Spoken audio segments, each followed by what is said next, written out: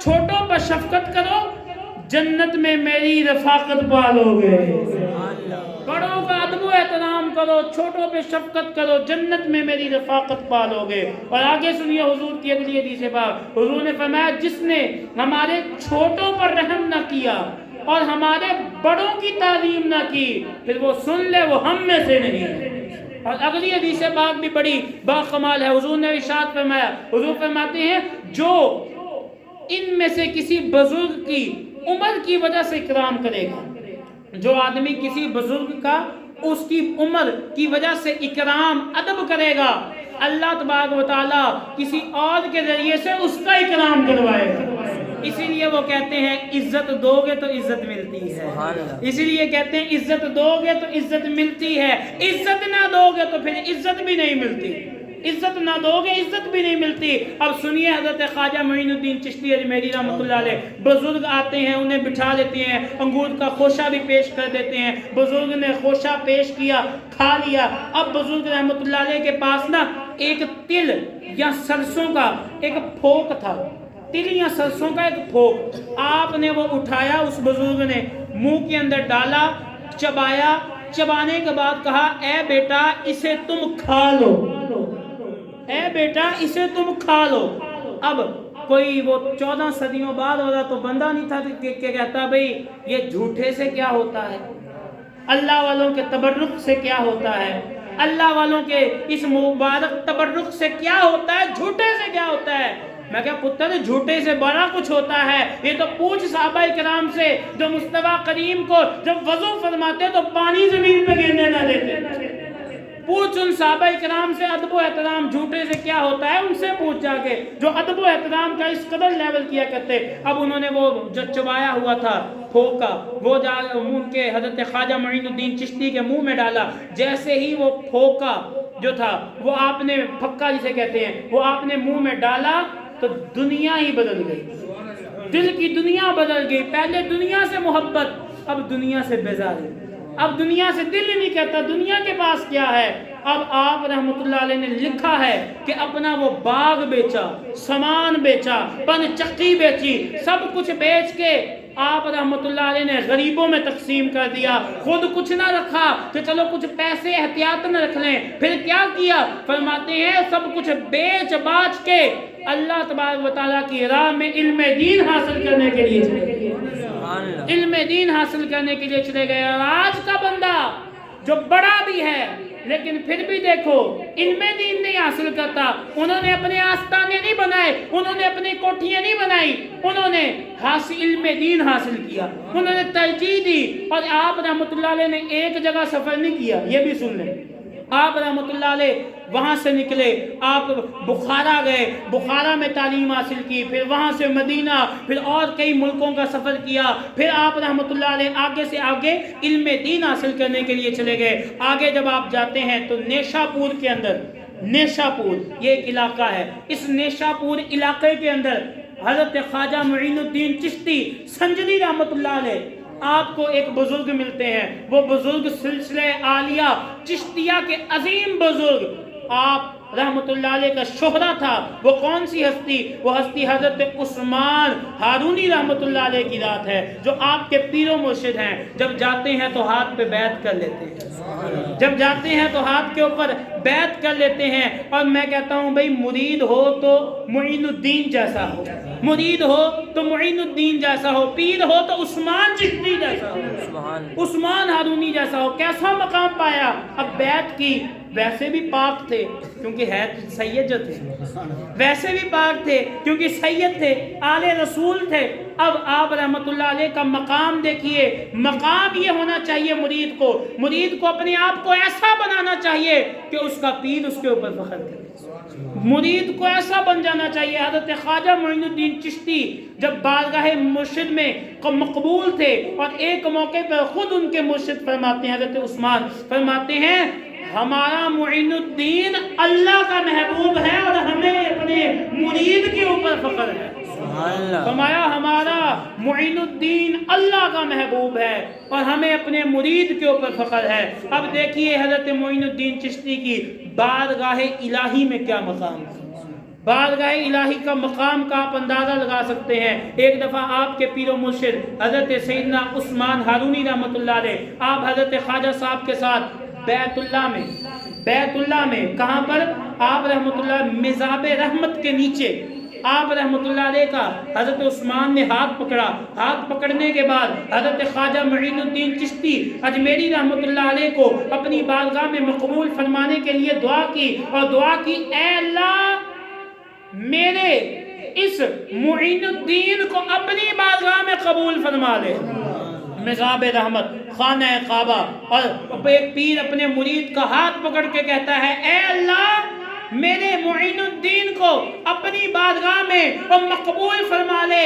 اللہ کے خانہ کعبہ میں بیت مزاب رحمت کے نیچے جب حضرت عثمان نے فرمایا حضرت خواجہ صاحب کو کہ یا اللہ میرے مرید کو اپنی بارگاہ میں قبول فرما لے، تو پھر کیا مقام خواجہ صاحب کی اللہ تبارک و تعالیٰ کی بارگاہ میں بھی غیب سے آواز آئی کہ معین الدین تو ہمارا دوست ہے، ہم نے اسے قبول فرما لیا۔ فرمایا معین الدین تو ہمارا دوست ہے، ہم نے اسے قبول فرما لیا ہے۔ یہ ہے مقام۔ آپ کے پیر نے ہاتھ پکڑ کے مزاب رحمت میں ابھی یہی کہا کہ یا اللہ قبول فرما لے، غیب سے خود ہی آواز آتی ہے کہ معین الدین تو ہمارا محبوب ہے، معین الدین یار ہے اپنا، معین الدین تو یار ہے اپنا، معین الدین محبوب ہے اپنا، اور ہم نے اسے اپنی بارگاہ میں قبول فرما لیا ہے۔ یہ تو رب کی بارگاہ کی مقبولیت ہے۔ اب مدینے والے کی بارگاہ کی مقبولیت بھی سن لیجیے۔ مدینے والے کی بارگاہ میں معین الدین چشتی اجمیری رحمۃ اللہ علیہ کا جو مقام تھا، آپ رحمۃ اللہ علیہ ایک دفعہ اپنے نانا جان کی بارگاہ میں حاضر ہوتے ہیں۔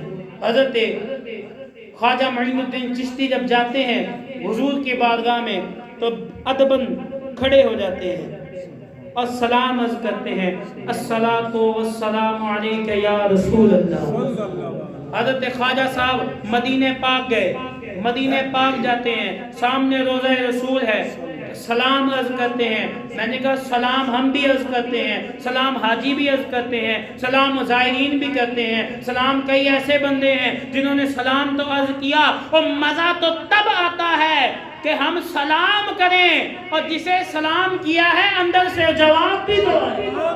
مزہ تو وہاں پہ آتا ہے کہ ہم تو سلام کریں اور اندر سے جواب آ جائے، تبھی تو مزے والی بات ہے، تبھی مزے والی بات۔ اب آپ رحمۃ اللہ علیہ نانا جان کے پاس نبی پاک صلی اللہ علیہ وسلم کی بارگاہ میں خواجہ معین الدین چشتی ہاتھ باندھے سلام عرض کرتے ہیں الصلاۃ والسلام علیک یا رسول اللہ، تو غیب سے آواز آتی ہے کہ وعلیکم السلام یا قطب المشائخ۔ نہ صرف سلام کا جواب آیا بلکہ لقب بھی آ گیا، وعلیکم السلام اے قطب المشائخ۔ اور اگلی بات تو ویسے ہی باکمال ہے، اگلی بات بھی باکمال۔ حضور نے فرمایا اے معین الدین، فرمایا اے معین الدین تو ہمارے دین کا مددگار ہے۔ سبحان اللہ اکبر۔ حضور فرما رہے ہیں اے معین الدین تو ہمارے دین کا مددگار ہے۔ اور اگلی بات سنیے، حضور نے کیسی بادشاہت عطا فرمائی، فرمایا اے معین الدین تو ہمارے دین کا مددگار ہے، تجھے ہم ہندوستان کی سلطانی عطا فرما دیتے ہیں، ہم تمہیں ہندوستان کی سلطانی عطا فرماتے ہیں، اور جا اب کہاں کا جائیں، فرمایا جا اب اجمیر جا، فرمایا اب اجمیر جا، اب اجمیر جا اور تیرے وجود سے بے دینی کو دور کیا جائے گا۔ میں نے کہا آج جب مصطفیٰ نے حضرت خواجہ معین الدین چشتی اجمیری رحمۃ اللہ علیہ کو یہ بادشاہت ولایت کی سلطنت ہندوستان کی عطا فرمائی، تو آج بھی دیکھ لو جا کے ہندوستان کے اندر اگر کسی کو ولایت ملتی ہے تو دستخط معین الدین چشتی کے ہوتے ہیں۔ آج بھی ولایت ملتی ہے تو دستخط معین الدین چشتی اجمیری سنجری رحمۃ اللہ علیہ کی ہوتی ہے۔ یہ ہے مقام خواجہ صاحب رحمۃ اللہ علیہ کا، اور خواجہ صاحب نے یہ مقام ایسے حاصل نہیں کر لیا۔ بیٹھے بیٹھے بندہ یہ مقام نہیں حاصل کر سکتا، اس کے لیے عبادت کرنی پڑتی ہے، اس کے لیے ریاضت کرنی پڑتی ہے۔ آئیے جہاں ہم خواجہ صاحب کی کرامتیں سنتے ہیں، جہاں ہم خواجہ صاحب کے فضائل سنتے ہیں، آج یہ بھی سنیے کہ آپ کی عبادت کا انداز کیا ہے۔ آپ اپنی عبادت کیا کرتے تھے، ان کی عبادت کے صدقے یا اللہ ہمیں بھی عبادت کرنے والا، اللہ ہمیں بھی عبادت کرنے والا بنا دے۔ آپ کی عبادت کا یہ عالم تھا۔ سنیے آپ اس چیز کو، حضرت خواجہ غریب نواز رحمت اللہ علیہ کا معمول تھا ساری رات عبادت الہی میں گزارا، ساری رات عبادت الہی میں۔ اچھا، عشاء کی وضو سے فجر کی نماز ادا، سبحان اللہ۔ اور مزے کی بات بتاؤں، قرآن سے تو اتنی محبت تھی خواجہ صاحب، قرآن سے اتنی محبت تھی کہ ایک دن میں 2 قرآن پاک ختم فرمایا، ایک دن میں 2 قرآن پاک ختم فرمایا کرتے، دن میں 2 قرآن پاک ختم فرمایا کرتے۔ اب میں نے کہا رکیے ذرا، یہاں ایک بات کرتا چلوں، اصلاحی بات بھی ضروری ہے، کیونکہ ہم جہاں فضائل سنتے ہیں وہاں اصلاحی بات بالکل کرتے ہیں۔ سنیے، ہم خواجہ صاحب کے ماننے والے ہیں الحمدللہ، الحمدللہ ہمیں ناز ہے کہ ہم اس مسلک سے، اس لوگوں سے، ان لوگوں سے تعلق رکھتے ہیں کہ جن لوگوں میں حضرت خواجہ معین الدین چشتی آئے ہیں۔ ہماری تو یہ شان ہے، ہمیں تو بڑا ناز ہے اس چیز پہ، لیکن او خواجہ معین الدین چشتی کو ماننے والوں سنو، وہ تو ایک دن میں 2 قرآن پاک پڑھا کرتے تھے، اور ان کا ماننے والا 2 رکوع بھی نہیں پڑھتا، ان کا ماننے والا 2 رکوع بھی نہیں پڑھتا، 2 آیتیں بھی نہیں پڑھتا۔ تو اللہ کے بندے، وفا تو یہ ہے کہ اگر محبت ہے تو محبت تقاضا یہ کرتی ہے، محبت ہے نا تو یہ تقاضا کرتی ہے کہ محبوب جو کر رہا ہے اس کے اوپر عمل بھی تو کیا جائے۔ محبوب کی ادا کو ادا کرنے کا نام ہی تو محبت ہوتی ہے۔ محبوب کی ادا کو ادا کرتے ہیں، یہ امامہ کیوں باندھا؟ ارے مصطفیٰ کی سنت، کسی کی ادا کو ادا کر رہا ہوں، داڑھی کیوں رکھی؟ حضور کی سنت۔ یہ یہاں پہ کیوں بیٹھے ہیں؟ حضور کی سنت، حضور کا طریقہ، حضور کا حکم، حضور کا ارشاد۔ تو آپ رحمت اللہ علیہ کو محبت دیکھیے قرآن سے اتنی کہ آپ ایک دن میں 2 قرآن پاک پڑھا کرتے، اور یہ بھی اندازہ لگائیں اس محبت سے، قرآن سے اتنی تعلق، اتنی محبت کہ ہم جب سفر کر رہے ہوتے ہیں نا تو بعض اوقات ہینڈ فری لگا کے گانے سنتے ہیں، معاذ اللہ کئی لوگ ہینڈ فری لگا لیتے ہیں، کئی کالیں کر کے سفر کرتے ہیں، کوئی باتیں کر کے گپ شپ لگا کے سفر کو پورا کرتا ہے۔ فرماتے ہیں جب خواجہ معین الدین چشتی اجمیری رحمت اللہ علیہ سفر کیا کرتے نا تو آپ دوران سفر نہ کسی سے بات کرتے، نہ کوئی کلام کرتے، بلکہ کیا کرتے؟ فرمایا آپ دوران سفر اکثر قرآن پاک کی تلاوت فرمایا کرتے، آپ اکثر قرآن پاک کی تلاوت فرمایا کرتے۔ آپ رحمت اللہ علیہ کم بھی کھاتے تھے، اب کھانا کم کرتے، کیوں؟ فرماتے زیادہ کھانے سے نیند آتی، میں زیادہ کھانے سے نیند آتی، اب کھانا بھی کم کر دیتے، بلکہ فرمایا جاتا ہفتے میں 1 ہفتے بعد آپ بس کچھ روٹی، ایک روٹی، اور یہاں اس کو بھی 1 روٹی کو بھی پانی کے اندر بھگو کے تناول فرمایا کرتے، تاکہ مجھے نیند نہ آئے، تاکہ میں عبادت الہی کر سکوں، تاکہ میں رب کی بارگاہ میں اچھا بن جاؤں، تاکہ میں رب کو راضی کر سکوں۔ اور ہم اتنا کھانے کے باوجود بھی رب کو سجدہ نہیں کرتے، ہم اتنی بات کرنے کے بعد بھی رب کو سجدہ نہیں کرتے۔ اور آپ کا، اور یہ جو اللہ والے ہیں نا، ان کا ایک بڑا لطیف نقطہ سنیے، اللہ والے جو ہوتے ہیں نا، اب ان کی مقام سنیے، یہ اللہ والے ایسے ہیں کہ یہ ظاہری لباس پہ توجہ نہیں دیتے، بڑی توجہ والی بات، یہ ظاہری لباس کے اوپر توجہ نہیں دیتے، یہ باطن کے اوپر توجہ دیتے ہیں، یہ اندر توجہ دیتے ہیں، اندر توجہ دیتے ہیں، اندر کیا ہے۔ اب آپ رحمت اللہ علیہ اتنی سادگی والے تھے کہ فرمایا جاتا ہے، حالانکہ آپ رحمت اللہ علیہ کو کس چیز کی کمی تھی؟ وہ تو ہیں ہی اللہ والے، انہوں نے تو اللہ کو راضی کیا ہے، لیکن سنیے آپ رحمت اللہ علیہ کا مقام ایسا تھا، آپ کی شان اس طریقے سے تھی کہ آپ رحمت اللہ علیہ کا اکثر جو لباس ہوتا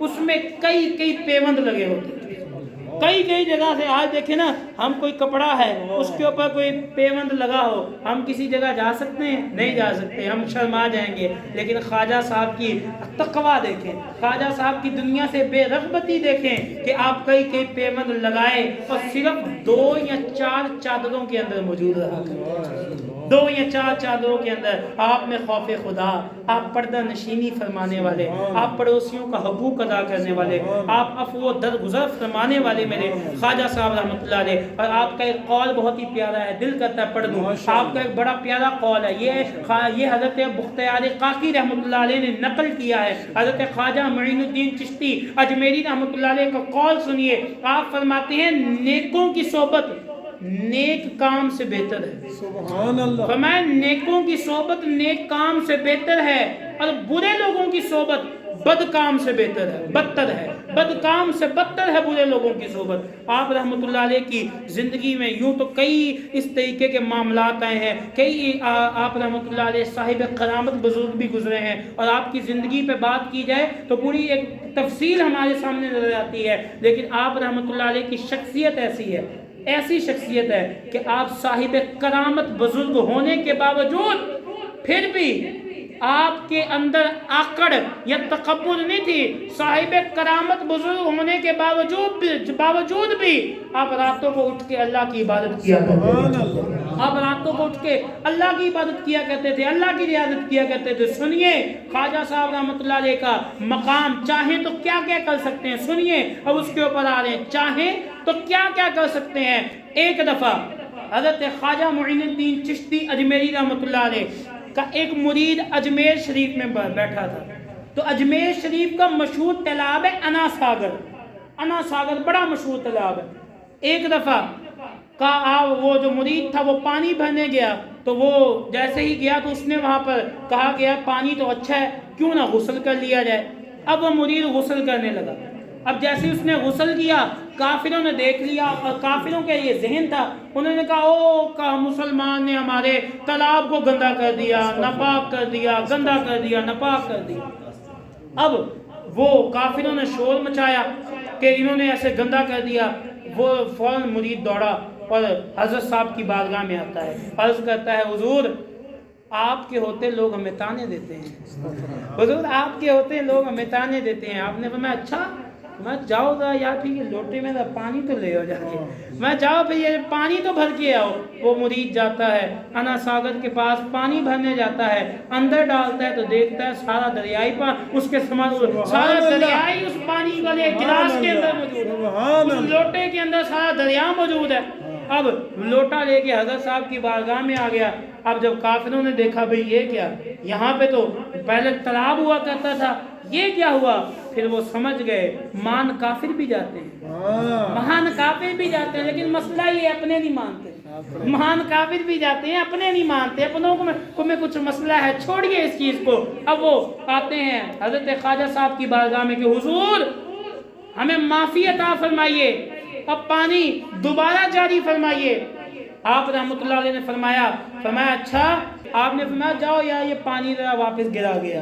اب وہ مرید جاتا ہے، جو دوبارہ جا کے پانی ایسے کرتا ہے تو سارا کا سارا پانی جو سوکھا دریا تھا وہ پانی کے ساتھ بھر جاتا ہے، اور انا ساگر دوبارہ چلے جاتا ہے۔ آپ رحمۃ اللہ علیہ اتنے صاحب کرامت بزرگ ہیں، یہ تو آپ کی ایک کرامت صرف میں نے مشہور بیان کی ہے، آپ اتنے با کرامت بزرگ ہیں کہ وفات کے بعد آج مزار کے اندر کئی سالوں بعد بھی آپ کی کرامات کا ظہور ہوگا۔ آئیے اب ایک آپ کو آج انوکھی کرامت سناتا ہوں، اور یہ کرامت میں نے نہیں بیان کی، یہ کرامت بریلی والے امام احمد رضا خان رحمۃ اللہ علیہ ملفوظات اعلیٰ حضرت میں لکھتے ہیں۔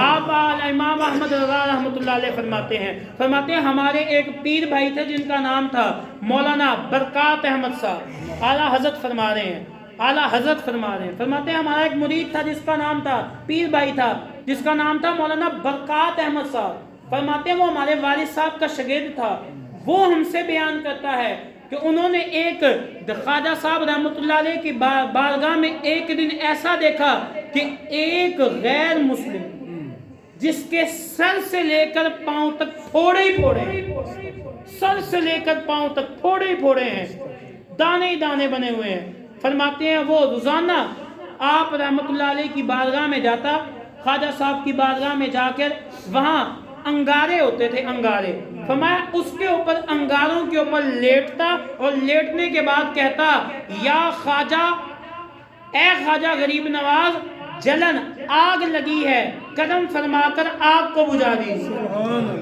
فرمایا وہ ایسے کیا کرتا تھا۔ اب اعلیٰ حضرت امام محمد رضا خان ملفوظات اعلیٰ حضرت میں فرماتے ہیں اس آدمی نے ایک دن ایسا کیا، 2 دن ایسا کیا، تیسرے دن جب دیکھا ہم نے اس نے ایسا کیا، تو تیسرے دن جب غور سے دیکھا تو اس کے جسم پر ایک بھی پھوڑا موجود نہیں۔ سبحان اللہ۔ فرمایا اس کے جسم پر ایک بھی پھوڑا موجود نہیں ہے۔ اعلیٰ حضرت فرماتے ہیں پھر کہنا پڑتا ہے ہمیں کہ خواجہ صاحب رحمۃ اللہ علیہ کی کرامات آج بھی ویسے کے ویسے جاری ہوتی ہیں۔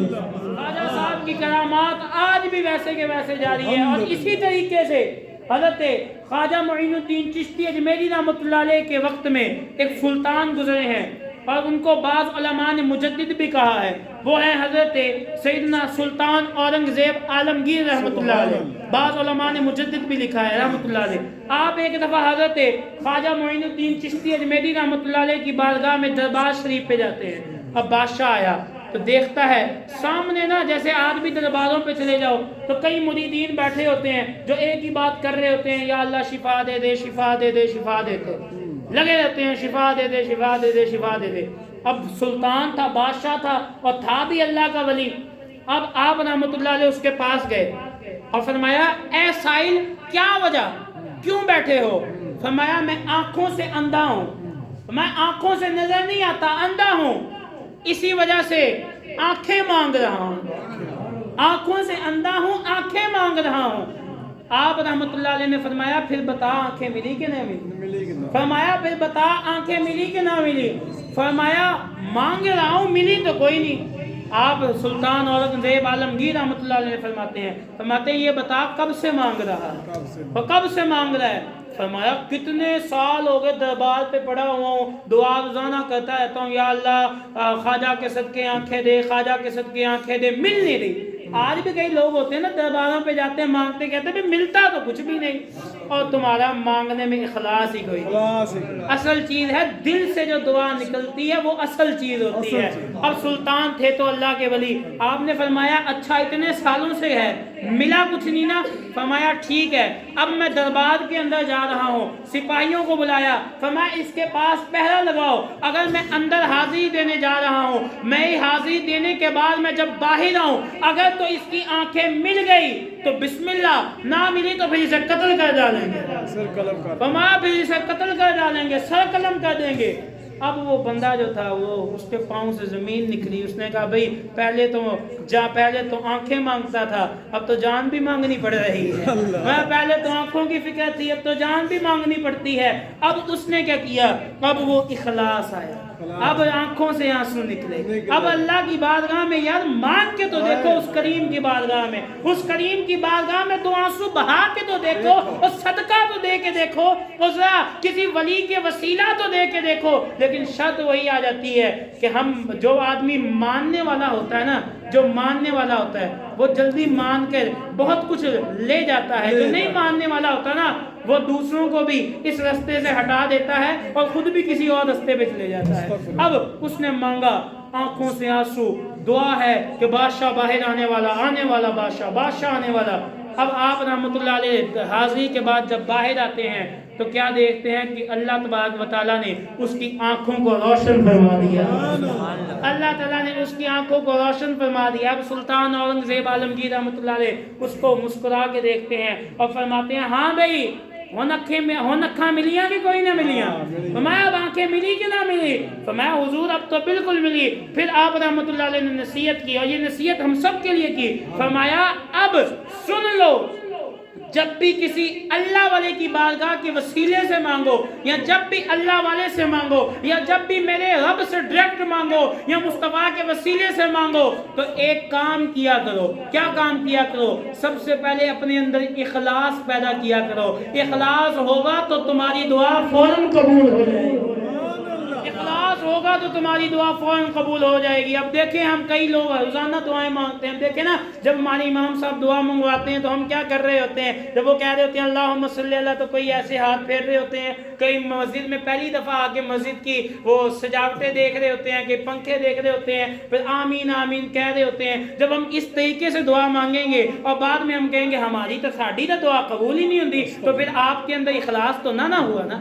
آپ اخلاص سے ذرا آنسوؤں کو بہا کے ذرا رب کی بارگاہ میں جھک کے اور گڑ گڑا کے مانگ کے تو دیکھو. اور یہ وہ در ہے کہ جہاں بندہ جھک جائے تو پھر یہ در کہیں اور جھکنے نہیں دیتا, پھر یہ در وہ کہیں اور جھکنے نہیں دیتا. تو ہمیں بھی چاہیے کہ ہم بھی اپنے بزرگوں کی سیرت پر عمل کریں. ہم بھی جہاں ان کی سیرت سنتے ہیں, آج ہم نے جیسے بیان میں سنا کہ آپ رحمۃ اللہ علیہ ایک دن میں 2 قرآن پاک پڑھا کرتے. ہم جو ہیں ان کے ماننے والے قرآن نہ پڑھیں. وہ پوری رات عبادت کیا کرتے. ہم عبادت الہی میں خالی 5 وقت کی نماز نہ پڑھیں. وہ اللہ والے خوف خدا کرنے والے. ہم رب سے کبھی ڈر کے ہمارے آنسو بھی نکلیں. ہمارے تو دل اتنے مردہ ہو چکے ہیں کہ ہمیں خوف خدا سے آنسو بھی نہیں نکلتے. رب کی بارگاہ میں خدا اپنے حال پر رحم کیجئے. ہم سب کو چاہیے میں بلکہ دعا بھی کروں گا کہ یا اللہ خواجہ اجمیر کے صدقے سے ہم سب کو بھی اپنا محبوب بنا دے.